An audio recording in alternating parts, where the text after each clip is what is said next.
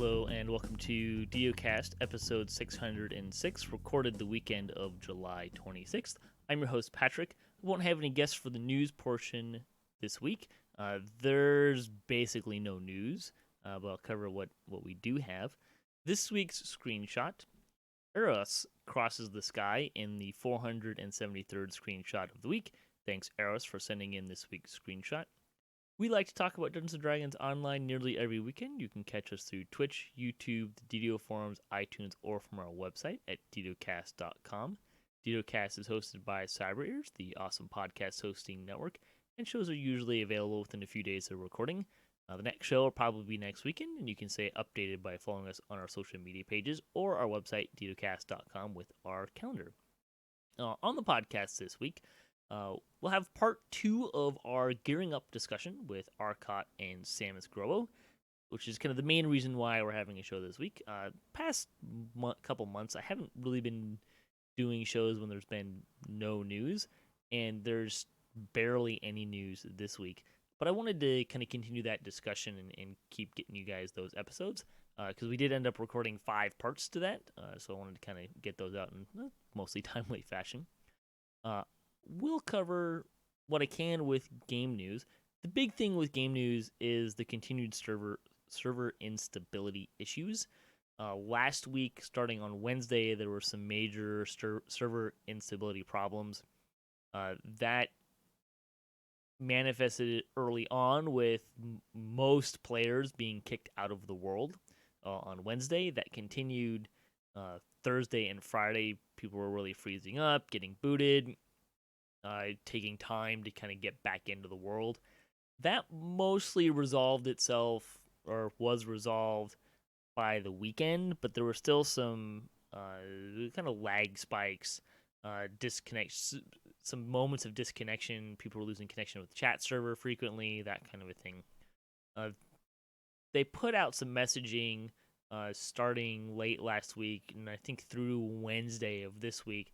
It basically said that they're looking into the server instability, the issues that they're having. They're trying to figure out what that is. It was very vague. They recommended not playing on hardcore, for example, but there were never really any specifics given on that, much to the chagrin of players. The one thing about it, though, that a lot of people from DDO might not realize, Lotro actually has been having the same issues, and to a lesser extent the forums, although that seemed to resolve pretty quickly. Lotro has actually had several instances of extended server downtimes throughout the last week, and again, they haven't really put out much information in that. They have said that they hope to, within the next couple of days, let us know about extensions of events and things like that. They did extend the sales in DDO, but I haven't seen anything more than that, and that messaging was a couple days ago. But it does appear that they haven't declared victory or anything like that, or still even told us what was going on. But Cordovan did put out some messaging that basically said that things seem to be doing a lot better. It seemed like they're not necessarily willing to say that they're not going to be looking into it anymore. Some fallout from that series of issues. The Hardcore Season 3, one of the features of Hardcore Season 3 has been the extra life. This is not something that was brought about by these server instability issues, but was kind of more people ran into it. Players who were in a state of disconnecting found that their extra life was not being observed, and they were still ending up in the land of the lost souls. Cordovan did say that the current understanding is that they have been struggling to get a good reproduction of this, but they are aware of those reports. He's not sure that there's much that they can do about it for this season, but if they do multiple lives in the future and do it the way it was done for this season, it's definitely something that they would like to look at. So that was one of the things that's been kind of going on with this. The other thing is they started server work last week, Wednesday, on Wayfinder, and Sarlona was supposed to follow suit. They delayed Sarlona to this week, this past week. However, because of the ongoing server instability issues, that work was postponed, presumably the other servers. So, what does that mean in terms of timeline? Well, they still have all of the servers except for Wayfinder to do this work on. My kind of guesstimation is that they're not going to do that work on a Friday. We're probably going to see that work on Tuesday, Wednesday, Thursday, maybe Monday, depending on their timeline and their schedules. And the reason they do that is just, if they do it on Friday and something goes wrong, then they have to work on it over the weekend. So that gives them kind of a little bit of a buffer point. So we're really looking at least 2 weeks still of server upgrades. That will be followed, we have been told, with the update 47 second preview.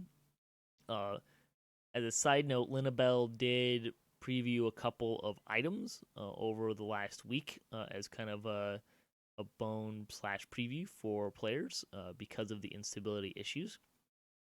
And the general reception seems to be that people are a lot more excited and interested in what Linabel has shown us for the update 47 loot. And he even went as far as to say that the first pass was in a lot earlier of a stage than Linabel was really kind of likes to preview, but that was just kind of the way things fell into place.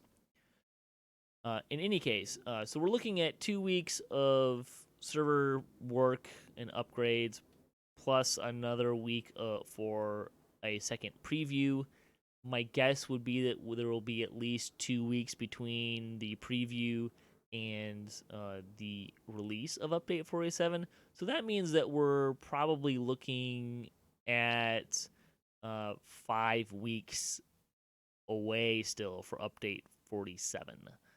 Which I think is a little bit later than maybe they wanted it to be, but of course the server instability issues, kind of a problem. They did say that it was going to be released in the summer, so as long technically if they release it before mid-September, they've hit that on the head. There's also been a little bit of rumors about the expansion probably going into pre-sales in the near-ish future, as well as hitting Jerry did say that it was going to be on the preview in the near-ish future. Probably not till after Update 47, obviously.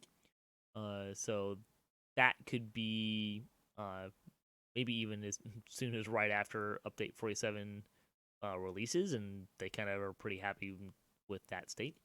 So we might see some of that stuff on Lemania pretty soon, or relatively soon, within the next 2 months. Bonus days for the weekend were 10% Heroic and Epic XP through July 26th. The store sales, a hack and stash, so 20% off of Slayer Boost, Treasure Hunter elixirs, and select shared storage through July 30th. The summer sales continue, probably the last week, every week in July. This week was 35% off of Universal and Racial Action Point tomes, plus ones. Alas, plus twos were not on sale. 50% off of Stat Tomes and ASMR Scourge, and 75% off of 32-point builds. So if you don't have 32-point build, particularly looking at those of you who are playing on hardcore without 32-point build, this is probably a really good time for you to buy that. I'm sure there will at least be subsequent seasons of hardcore, and if not, well, when you die, you can have 32-point build the next go around. That's all through July 30th. The freebie for the week is a lasting potion of fire resist plus 20. You can get 5 of those with the coupon code 5FIRERESIST. Might be a nice thing on hardcore as well. Also through July 30th. Additionally, they extended the sales from last week through July 26th, just to kind of give people more time with the server instability issues. There was no community news. There was no Chronicle this week. I believe Cordovan had a busy week dealing with all of the server instability issues and did not put one out, unfortunately. However, we did get a little bit of lightning posts this week.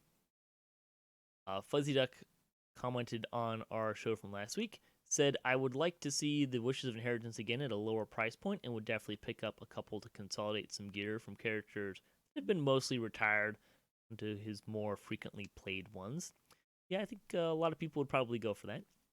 The other boxes we forgot to mention were Traveler's Trunks. I thought we did get that one, but yeah, that is there. It contains Sovereign XP potions, Slayer potions, commendations, Omni spell stuff, and a cosmetic outfit. More of a leveling efficiency setup rather than just letting you level straight up. Said the Remnants vendors could have a lot of other useful items there. She does adding certain collectibles or the collectible crates for crafters, as well as some of the rarer potions like Panacea, Restoration, Fire Shield, and Death Ward, and some of the plus skill augments, which can be tricky to find, plus aren't available in the regular store. A lot of the, I think most, if not all of them, are actually available with the Treasure Hunter, or not Treasure Hunter, the Champion Hunter weekends. I don't usually buy those, so I'm not really sure what's there, but I thought like all of them were there, but I might be mistaken. He also said hand axe definitely deserve more love. However, there's a good build where you combine Swashbuckler, which gives you +2 threat with hand axes, with Tier 5 Frenzied Berserker, which gives you a +2 multiplier, and before any other improved critical, special attacks, or overwhelming criticals, destiny, and non-standard critical profiles, you can be rocking a baseline of 18 to 20 times 5 crits. Yeah, that's pretty darn good. It's a good place to be. Let's see, the tiers to approach gear is good, though naturally there can be certain individual bits that will slot in as and when they're available. It says level 7 is generally the first power upgrade point for him, since he makes it a point a while back to grind out some Temple of Elemental Evil gear. That's commendable. It says he has a lightning greatsword and threw a meteoric star ruby into it. Let the AoE carnage commence. Yeah, that'd be pretty good with the AoE carnage. Temple of Elemental Evil is not my favorite place to farm gear, although I believe heroics are less crazy to farm than the epic version. But there you go. It says Ravenloft gear is especially great. Those belts with their different bonus types for the spell power. Yeah, that'll be in an upcoming episode. But that came later in the discussion. He also loves the Mimic gear. Hope it comes out again soon to get more of those items, and the event itself is fun. I agree. And gearing on hardcore, he says it'll definitely something a lot trickier. Highly recommend jumping into Relic of a Sovereign Past on casual as soon as you hit level 8. It's the earliest you can get in there, and going for a couple of the Nightforge items. The Longsword for melees and Dart for alchemists in particular are both very solid weapons. Plus, there's the 100% fortification necklace and some other nice pieces, all of which are essentially guaranteed drops. Good advice. So that'll wrap up the news portion of the show for what news there was. So thanks for listening to the show. Thanks to Samius and Arkat for joining me this week for the Gearing Up discussion, and to all our contributors for DDOCast, and to Standing Stone Games and Wizards of the Coast, and to Cyber Ears for hosting the podcast. If you would like to support the show, you can visit our website at DDOcast.com, or you can support us on Patreon. If you have a DDO-themed webpage, or you Twitch DDO and you'd like to be featured on our website, you can email us at ddocast@gmail.com, and you can hit us up at ddocast.com for our show notes, MP3s, our calendar, previous shows, and other fun stuff. If you'd like to be part of the show, or have a comment on this episode, or a question you'd like to hear us answer, or a topic you'd like to hear us discuss, or you just want to say hi, leave a comment or email us at ddocast@gmail.com. You can also find us on social media and follow us for the latest cast updates at DDOcast on Twitter. So stay tuned for part 2 of our Gearing Up discussion.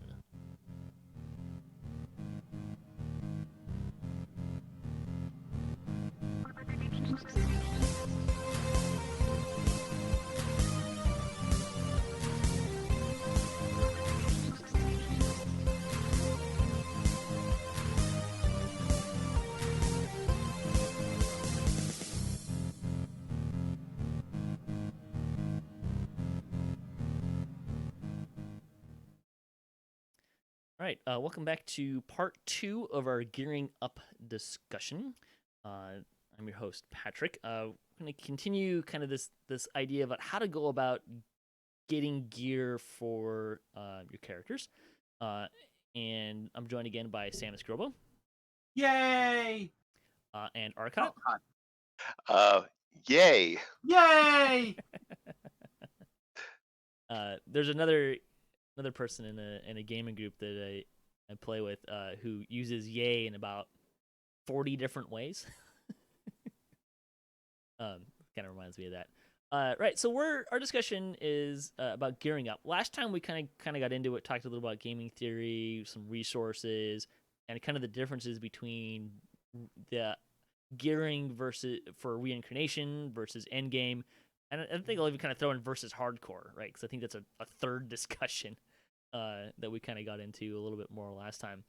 We're gonna kind of talk about get more kind of into the idea of how to approach gearing at the end game, and then kind of how to approach gearing for reincarnations, and then maybe we'll kind of throw in a hardcore kind of aspect to this as well.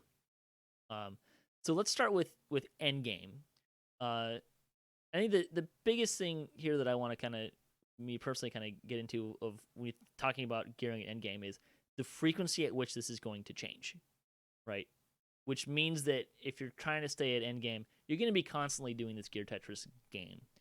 Because something new is going to come out, it's going to change your whole gear selection, and you have to find new items, even from stuff that's older content, just to kind of figure out your character. The good news from that is it also means that it's pretty easy to catch up, right? So if you haven't played in this game if you're coming back after an 8-year hiatus or a 5-year hiatus, right? You're kind of in the same boat as just about everybody.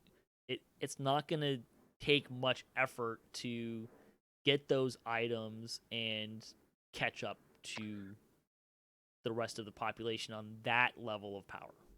Maybe.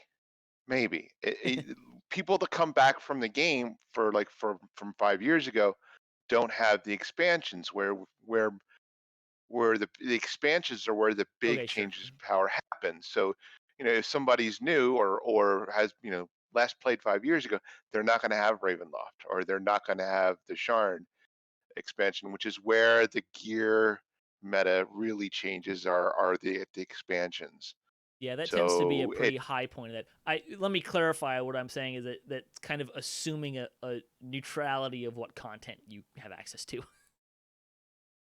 Well, the other thing, though, real quick, speaking to the expansions, it's something you're going to want to acquire because so much of the in-game exists in those places.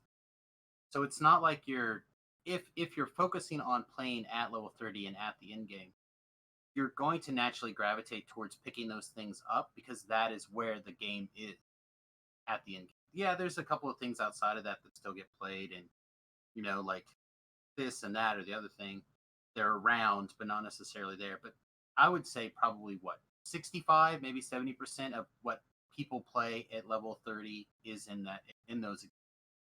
Ooh, that's an interesting question. You're gonna want that stuff. I can't tell you exactly because I don't really spend a lot of time in that post level 20 in game. But I do have my guildies and a lot of my friends and stuff like that. They do focus on that. So I feel like that's a close number. It could be higher. I think you're probably in the right ballpark. I think somewhere that expansions, at least the last two. I don't know that this applies to Shadowfell Conspiracy, but I think the expansions have generally had a much longer lifespan and longer legs in that they stay in the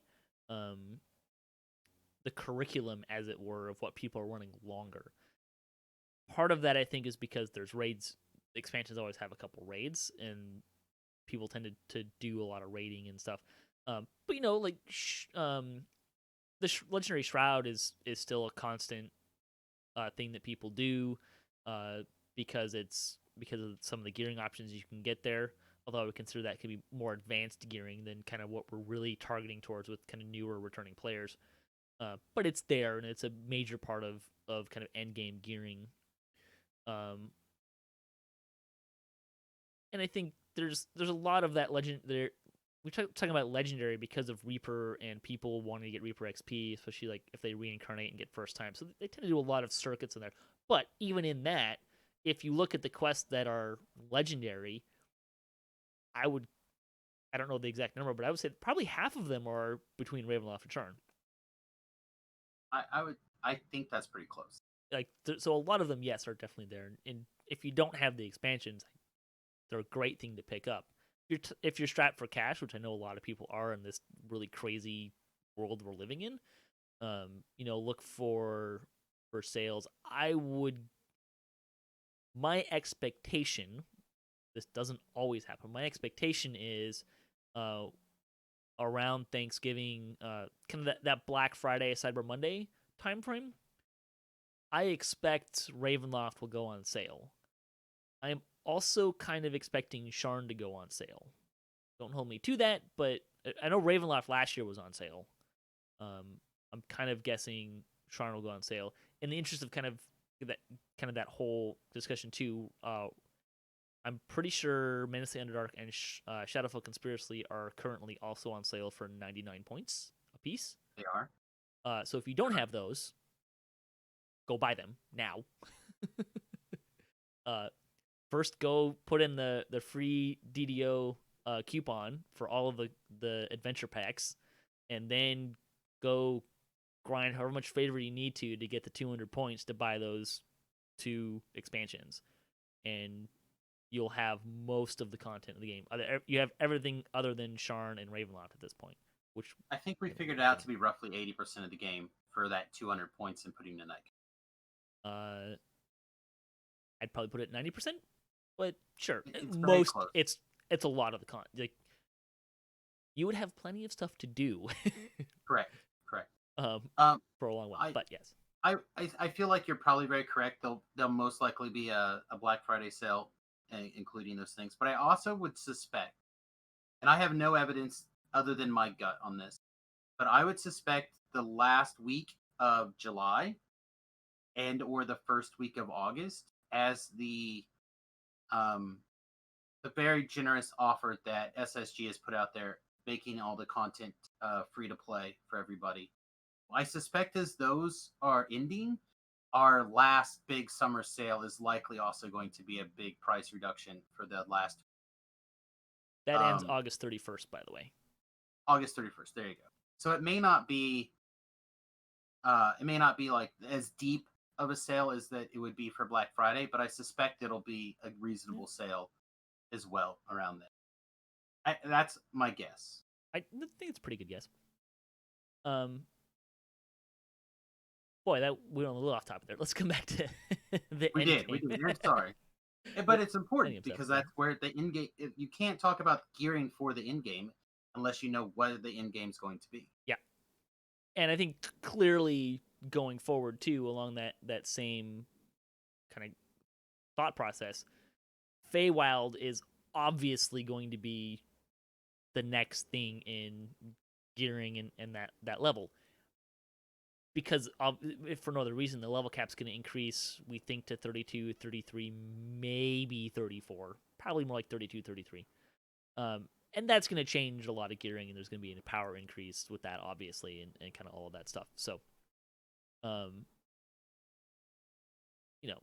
would say if also with that, kind of my own personal theory on endgame gearing right now is there's not a huge rush to go out and like make major changes to my gear Tetris on all of these characters that I have, because I know with 100% certainty that when Feywild comes out, the gear Tetris is going to fundamentally change completely for every character in the game. So, it's definitely going to change, Patrick. But I'm one of those people that I am not convinced that I'm even going to get the Feywild expansion. So, sure. So you're concerned about let's not farm now because I'm just going to have to refarm again. Maybe for some people like me, that may not be much of a consideration or a worry. So I'm gonna. Well, that. I want to jump aside to a comment that was thrown out in the chat about something I was talking about, saying that Sev mentioned that we're going to go all the way to 40. Yes, they mentioned that they have plans to go up to 40. They also specifically mentioned that that's not going to happen with Feywild. It's not going to happen all at once. It's going to be in smaller chunks. Go ahead, Samus. I just wanted to say that also, if this is the in game that you're playing now, right? Mm-hmm. That's what you're doing along the way. Like if you're running the legendary Sharn stuff, the legendary Ravenloft stuff, you're in legendary Shard. shroud, et cetera, et cetera. You're incidentally grinding for bigger and bigger in-game gear. So it doesn't have to be a focus. For a lot of people, it is a focus. Like, oh man, I need this particular piece. It can also be a matter of, I'm doing this content anyhow, and oh look, now I happen to have assembled this gear set, or now I can build this build because I've acquired these 4 items, and now this build that I haven't really been interested in playing before because I didn't have the gear for it now is viable. And that's a lot of my own kind of theory along gearing in terms of doing a lot of reincarnations. Is you're going to be doing this, and you build up gear, and then you can expand maybe what builds you're doing. I think the end game conversation, though, kind of to what Arkat was saying too, like, I don't think it has to be necessarily expansion specific either, right? Like, we get previews of when we have update 47 is coming, and for me, this is not necessarily the case, and especially this is kind of a bad example because we know that the gear is going to change a lot from what we saw in that preview. But you get a preview out, and it generally comes out a month to 2 weeks before we get an update. And it's like, oh, hey, look at that shiny piece of gear. That'd go great on this character, right? If I haven't finished, if I'm still working on farming some gear, that's going to fundamentally, like, I'm going to wait until that new piece of gear comes out to kind of retweak the gearing potentially, right? So that I think it's one of those considerations, whether that's an expansion or just a normal update, that at least for me comes into play. Again, it goes back to that. It changes frequently, and when I know it's going to change, and especially when I know kind of more generally how it's going to change, that impacts what kind of gear I'm looking for. I should also say my own personal experience, I still kind of pseudoly keep a fairly large stable of characters. Most players that I play with and kind of play at the stage of the game that I tend to be at more often tend to have a lot fewer characters. So for me, gearing those characters and kind of retooling those characters tends to be a far more infrequent thing, generally determined by major power increases, which are typically expansion related. Right. But if you're a new or returning player, it's still worth the time investment to enjoy the game at the level that you want to play between today and these power shifts in the future. I'm also working on a TR project, so like I have something very, very kind of more to keep working on, as opposed to I have nothing to work on and I'm gonna go find this gear or whatever. So believe me, I know the feeling. I tried really hard to take a character and put him back in the end game and get into that end game raiding scene, and then as it happens, if Samus decides something's going to be good and fun, it's going to get nerfed. So I've been nerfed, and now I'm just sitting here looking at that character like, no. Yeah, that's what it is with me for my monk. I mean, I think everyone feels that though, right? Yeah. Everybody feels like as soon as they're enjoying something, it gets nerfed. So it's not exclusive to me. My defense against that over the years has been that larger stable of characters. Right. Because when one, like, this one's being really fun, right? And like, I'm really enjoying this. Nerf. Exactly. Oh, he's not so much fun anymore. Hey, this one got really fun now. Yeah. So kind of going back into kind of more the end game thing. So my strategy, a lot of times comes to, here's this new update. I kind of tend to look through the new gear that's there, and what stands out to me. Where does it go? And I kind of make a list on the different characters. Having a lot of characters, that really helps me kind of focus on what I have, don't have, what I'm kind of pseudoly looking for, or what I really want to go and get. And it kind of starts there, right? So what in this set of stuff is new that I want to go and get? Now, obviously, this is going to be a little different if you're just kind of starting from scratch, but you will eventually kind of get to that point of you have gear, so now here's a new update and new gear. What out of it do you want? And I kind of approach it that way, as like, what's in here?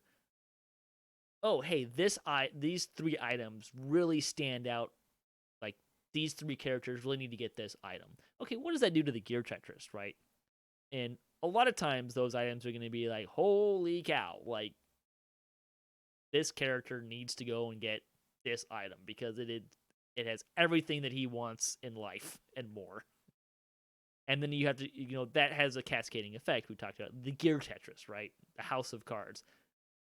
Now I need to figure this new set of bracers is fantastic for this build, and I'm going to slot that in there. And then that means I need to figure out where to put this thing that I lost. And you kind of keep playing that game until you lose a few things that you're fine with, and you kind of go on. That's my experience when we talk about like getting newer gear. Do you guys have kind of a similar or different approach?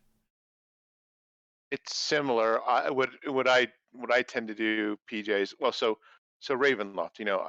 I have like 18 level 30 tunes. I went through Ravenloft so many times that I was able to gear all 18 of those tunes with Ravenloft stuff. It was really worth it. Then Sharn came along, and Sharn was better, but it wasn't so much better that I felt like, yeah, I can re-gear all 18 of my tunes. Instead, I've re-geared about 9 of them. So the calculus is the power difference worth me, redoing, every single piece of gear on a tune that I happen to be finding, that I happen to like, or or can now be fun kind of thing. So it really is just it's a time versus fun and or time investment versus Yeah. what's the result thing for me. Have you found that Sharn is what, a year and a half old now? Have you found that as you've been playing Sharn probably more, with regularity as you've kind of gone through it more, have you found that some of those other characters that you didn't really focus on have kind of inherited some of that gear that you've been accumulating? A little bit, Yeah. yeah. I mean, so for example, I've got a cleric, a 30th level uh, cleric who's obviously they can heal, but it, it, his main focus was on doing light damage. So I didn't really go out of my way to get him all the the really cool Sharn gear stuff that would help do his light damage.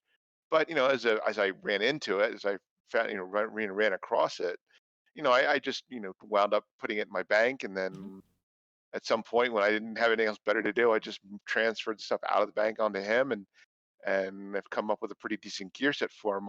Although, and of course, my problem is, I really don't seem to play him because I'm doing a lot of raid stuff now, and it's not a tune that really is particularly well suited to raids, or at least I'm not playing it enough to feel Yeah. comfortable with being a healer, or being a competent member of a high level of difficulty raid group. So it's really is a catch. It's really is a strange position to be in. Yeah, and you throw in the added calculus of in our particular group of raiders, you know, any group of 12 raiders, you need 2 to 3 healers, right? And we don't. That tends not to be a major problem for us to fill right now either. So, yeah, my cleric has a similar a similar experience to yours right now. Samus, what about you?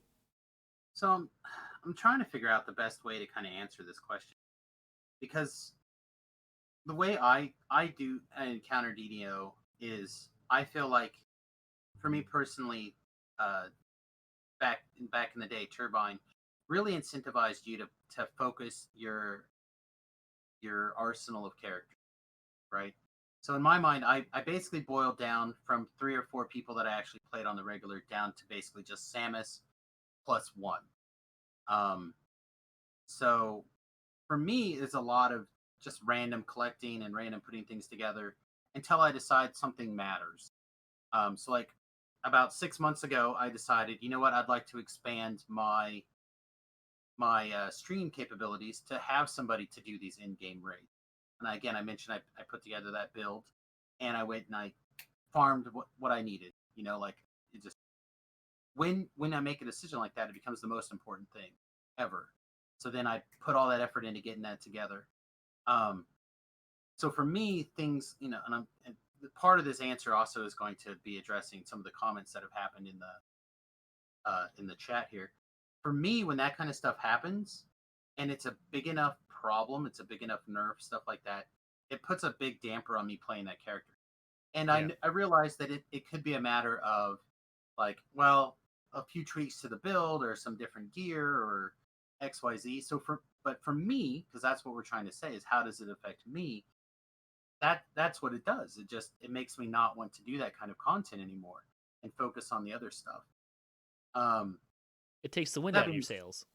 right, it Yeah. really does. Now that being said, I get to level 20 and I go and I catch up with my guild for an evening before I TR, and I take my little level 20 and I go into these epic elite charm like on R6 or R7 or whatever, and I'm like, "Oh, I'm going to keep up." And you know, you don't really keep up very well when you're level 20, level 21 in R6 legendary stuff at the end game. Yeah. Um You spend but a lot of I time hiding try. behind other people. Well, I mean, some of that, or you get in there and get things going, you kill like two things, then you're dead because something decided to turn around and hit you, and your meld into darkness is gone, or whatever. So then you're waiting there 2 minute penalty box before you can get a res, and then you're like, I'm back again, and grr. So everything it's all about your different experiences, and and I'm trying to constantly keep in mind that we want to focus this for new and returning players. It really boils down to you just have to figure out for you what it is that you have interest in and what it is that you're willing to kind of devote to something. Like I said, if you're like me, you make that snap decision and you're like, bam, this is the most important thing in the world. Um, which I think that also is a very important part of the hardcore mindset. Is you're like, I need this now. This is where the turn is. I need it. Let's go get it. Let's farm it. Let's make it happen. Or you can get in that situation where you're like, yeah, we'll take what I can get and I'll put it over on storage people, and maybe I'll accidentally walk into this and that'll make this build viable and then I can get going again. I think that is such a personal question at the end of the day for new and particular people or new and returning players that you really have to think about it for yourself. I want to spend a little bit of time. We're talking about endgame, kind of like how to kind of reset a character. And kind of what that looks like in the current environment. We'll get into a little bit more specifics, but I still want to kind of stay away a little bit from getting into like the really nitty gritty. Like here's a bunch of different items to go and get. Kind of more of a bigger picture. But what would you say to someone who is new player or returning player, or hey, even like Arkat for one of our characters that we're pulling off the shelf after a year and a half of not really playing, and I think when it comes to gear, I think like all of those scenarios are kind of in the same spot, right? Like you're gonna kind of reset everything when it comes to the gear change. So how do you go about kind of starting into that? Like, what are you kind of thinking big picture going into that? What should people be looking to do?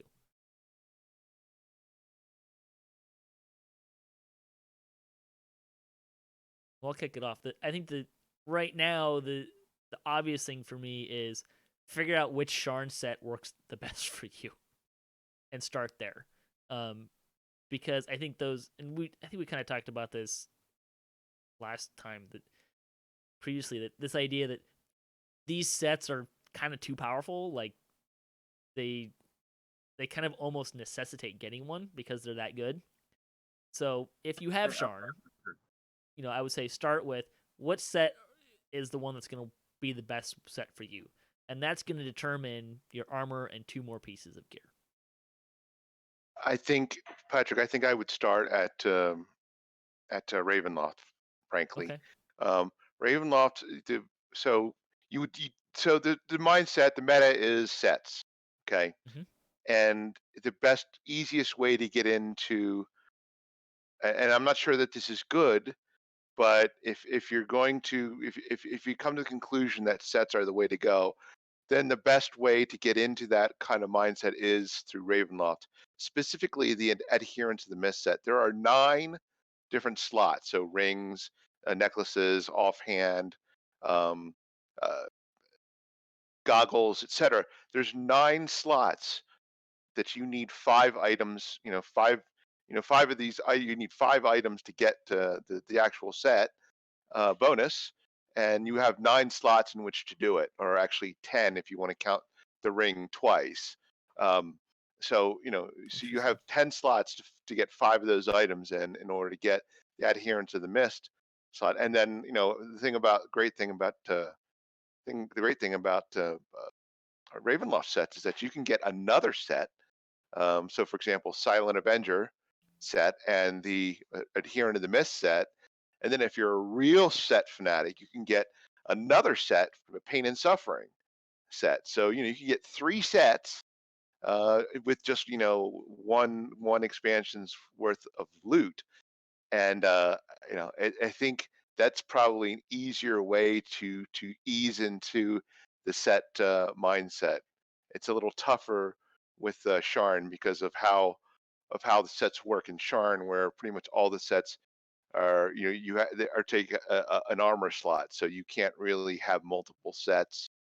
Which Um, is true of the you know, kind of the and one, the 3 sets from the 3 competing sets for Ravenloft, right? Like there's the inherent miss set, but then the other sets are armor based, so they compete. It's interesting. I find it interesting that you're kind of going from the aspect of the flexibility of the items in terms of the set that's getting to the one set, and I'm looking at it from the standpoint of with Sharn you have more. There's a lot more versions of that armor based sets, and I'm looking at it from the flexibility of those sets. Kind of an interesting difference in tactics. So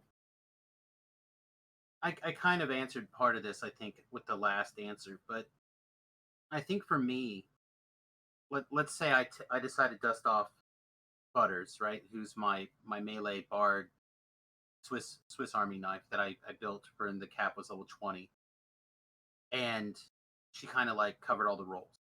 And I realize now that she's probably in a good position again if I were to give her a little bit of love and a little bit of attention. Um, she's either at 30 or very near 30. I can't remember, but she was a PDK bard with 2 levels of rogue and I think a couple levels of fighter. Um, Kind of like round out things. So she wasn't always the best at anything, but she was good at stuff. So if I were to break her out with the idea of getting her back in like in-game fighting shape, right? I would probably start with the idea of like what what is my top tier fantasy, right? And try to be like assembling that list of what I think would be the killer girls. Like this is my goal. And then I would be like, okay, but now let's roll it down to what's like the most achievable in getting to that, because you can't go straight from I've knocked the rust off of this character to all right, let's go farm my end. It's just not. You're not going to be able to help. You're not going to be able to compete, et cetera, et cetera. And you're going to feel like, Samus at level 20 and in the legendary stuff. You're gonna have to make your own fun while you're finding this gear. So you need to. This is where you like find that middle of the road stuff. This is where I think Arquette advice comes in heavily into play, because a lot of that stuff is very flexible and easy to work in. But you still need to know what your goals are. You still need to have an idea of, oh man, I really want to get this set. So I think it's good to take a minute, do some research, figure some stuff out, read that stuff, and again, knowing what your build wants to do, right? As a Swiss Army knife type character, what I want or what I might need might vary depending on what kind of mode I'm in. Like if I'm going to be the off tank, that might involve a gear set A. Where if I'm going to be more in like the trapper rogue or the trapper mode, it might be gear set B. Um, so like those different things are going to come into play, and as always, the real important part of any video game, especially when it's complicated and deep as DDO, is it's going to be made up here. I'm pointing to my noggin for those of you who are just listening. You're going to have to think through those options really deeply and kind of be like, okay, well, Sharn is not easy for me. Like, it's all Warforged and technical detonation jerks, and I'm not going to be able to like just power my way through that stuff. But maybe I can more quickly assemble some Sharn gear. Sorry, Ravenloft gear, because my crowd control works and I can dance a particular monster and et cetera, et cetera. So like those little decisions need to come into play. And then of course I would take a deep look at can I use the Cannith crafting to get me to this watermark right now where I can contribute so I can get my tier 2 stuff, so I can get my tier 1 stuff.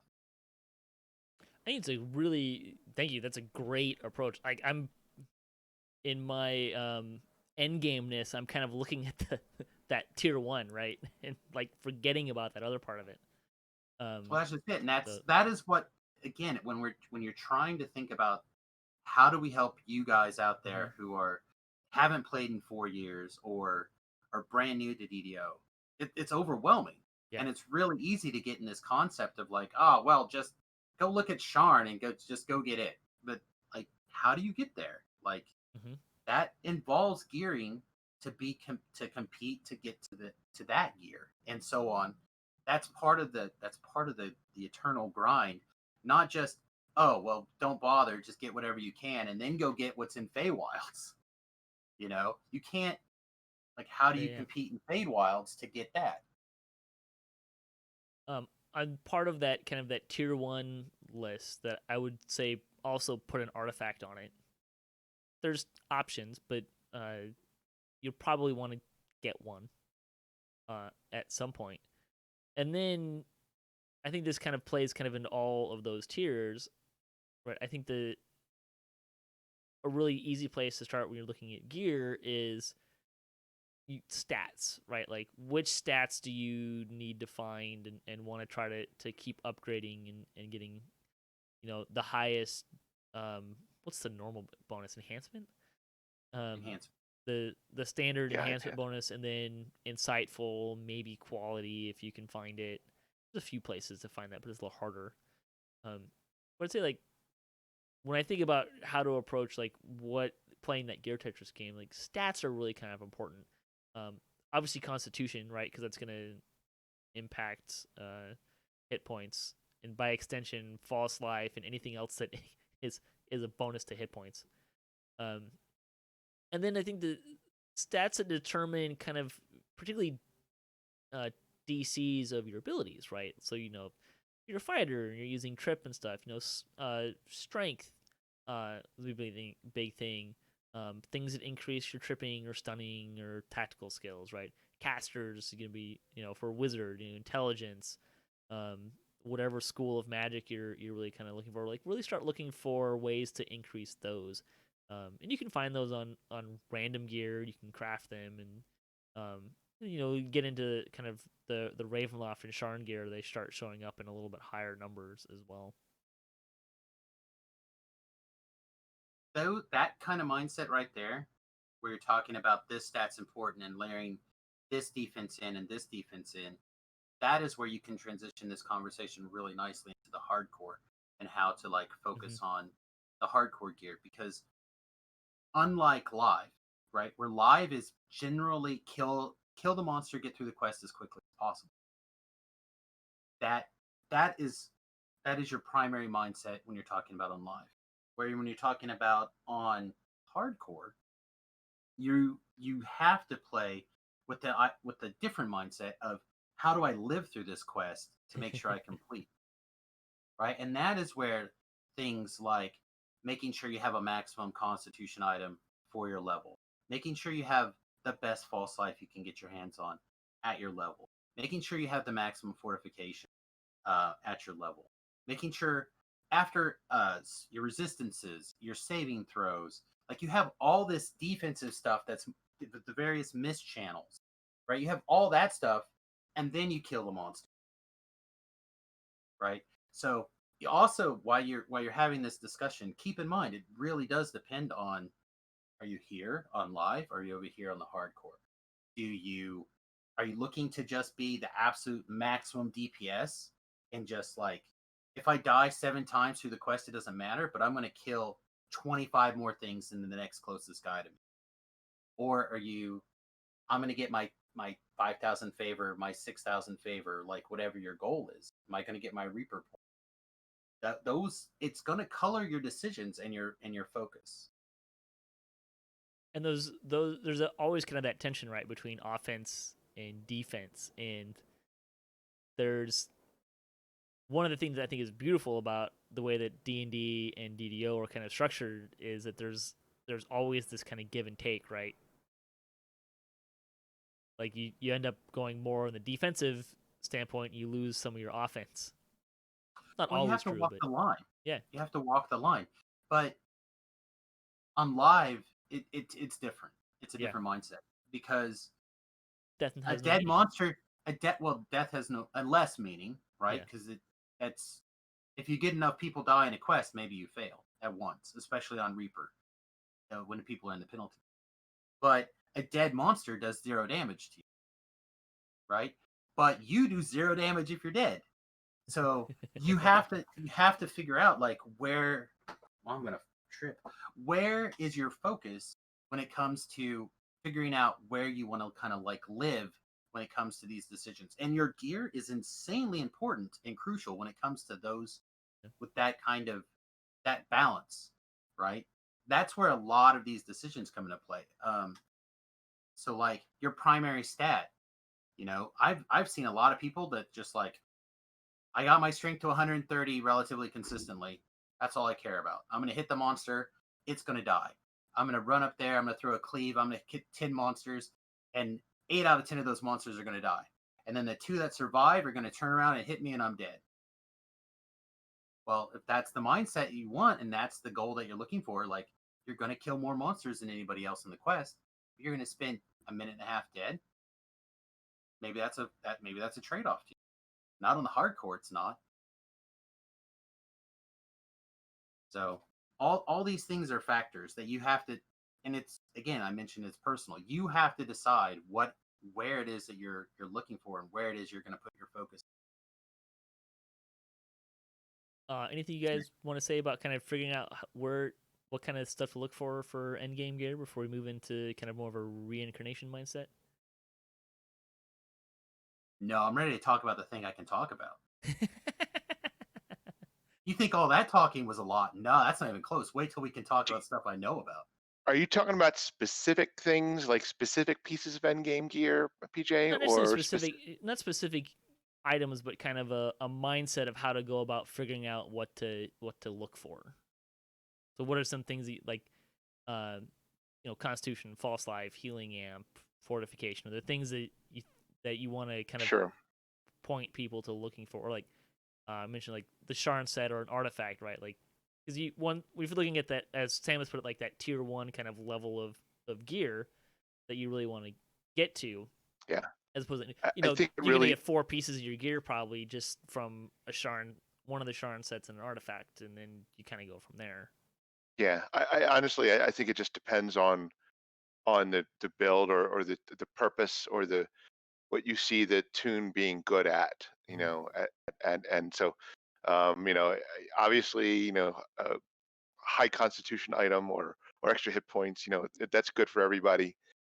But as far as the rest goes, I mean, if you have if you're a rogue and you have evasion, you'll want to obviously pump to get your evasion up, but you may not need, a high will save or a high fortitude save if you're going to be evading things like trap and so forth. So it really just depends, I think, on what you want your character to be good at, or your tune to be good at, is really where you should be focusing.